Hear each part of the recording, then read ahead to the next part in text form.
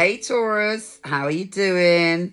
This is a big year for you when it comes to transforming your career, your reputation, the things you really believe in the world. It's about getting shipshape and sorting out your life, taking care of the small details so that you can get huge rewards.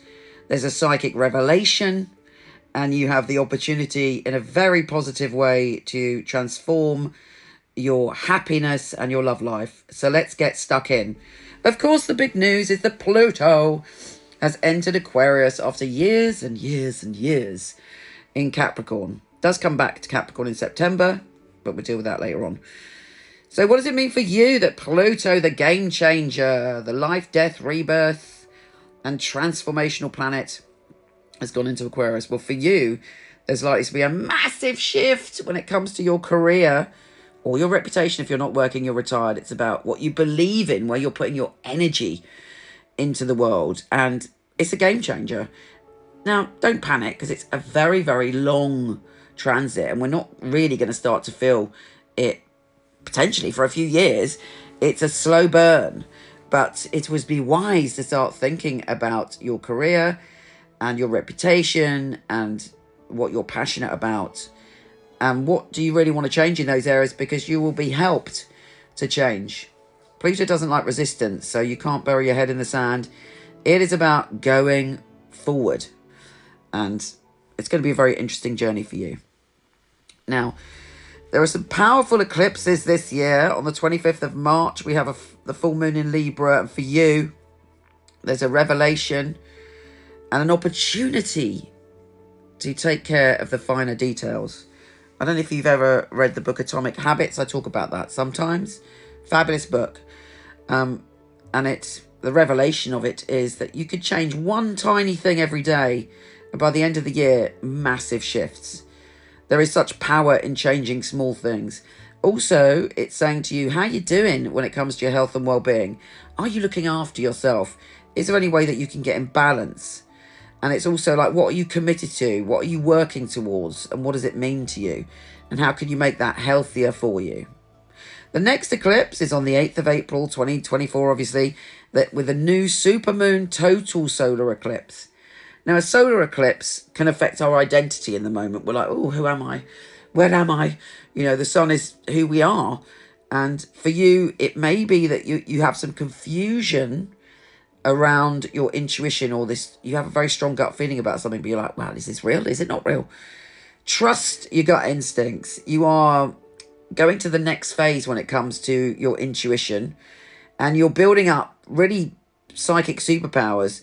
And I would suggest that this year you really focus on that, and you believe in it and you trust it. Now, there's a great day this year on the 23rd of May when Venus, the planet of love and abundance and your delicious ruler, and Jupiter, the planet of good fortune, join forces in your sign. Doesn't get much better than that. The 23rd of May, around that time, you should be having a peak of good luck, wonder, love, happiness, and joy. And it's an opportunity, again, because Jupiter wants us to expand. It's an opportunity to stretch yourself and move forward. Very, very positive. In fact, you know, we've got Jupiter in your sign up until the 25th of May.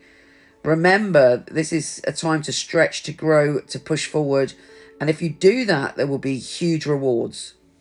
On the 25th of May, Jupiter goes into Gemini, and it goes into a place for you, which is good, because it's about stability, abundance, security, and it's likely that you're going to feel much more secure in yourself. But also, you know what Taurians are like. My son's a Taurus. My mother was a Taurus. I have a very strong connection with Taurians.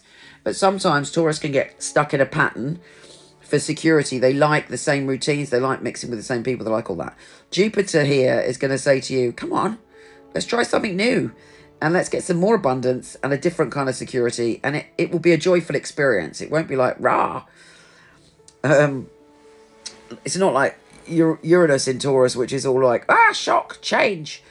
Jupiter is saying to you, no, it's going to be fun. Take my hand, let's go. Let's gallop to new horizons. So that's very positive.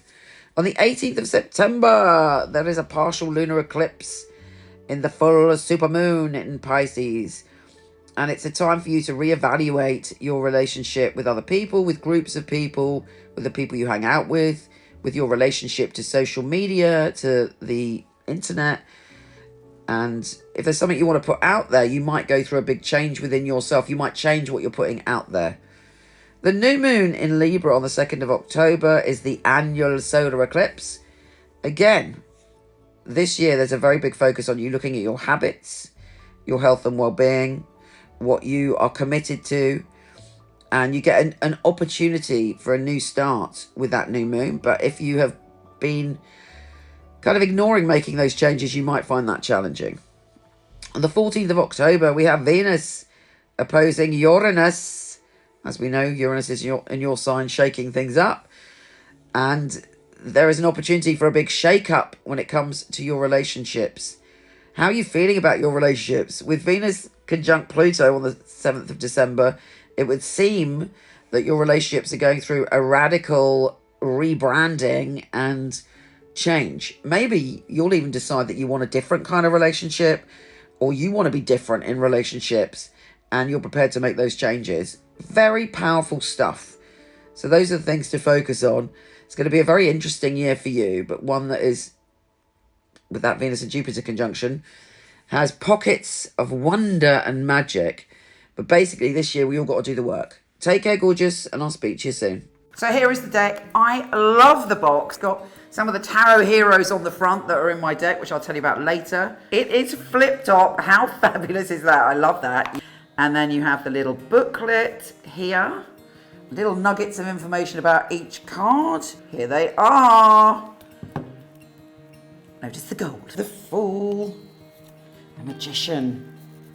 The High Priestess, which is so important because it is Pamela Coleman Smith. She was the illustrator of the original Rider-Waite. And I have 3 Lovers cards. The Chariot, Strength, the Hermit, various heroes here. This is Anna May Wong. So I've got this leaflet that comes with the pack. It gives you one line of straight to the point wisdom about it. But this is the book. And I'm so pleased with it because what I aim to do with this deck is to inspire your own psychic ability, but also to empower you and uplift you every day with the message of the card. Let's take a look inside. In it, we've got the meanings and readings. All my knowledge is in this book, all my love and all my heart. I talk to you about my journey, and I talk to you, most importantly, about how to dive in and learn the tarot really quickly, because that's the way I roll. Very easy guide. I talk to you about reversals and how to empower yourself and feel the love of the tarot. And then there's a little space where you can do your readings. And at the back, really importantly, I talk to you about all the card characters, the amazing things they did in the world to inspire us. Just to give you a taster, let's pull a card to see what we've got. Well, that is a great card. The 9 of Cups, the Wish card. The most basic interpretation of the 9 of Cups is that you're being given a massive cosmic yes. This book is my life's work. I've been doing tarot basically from when I was born.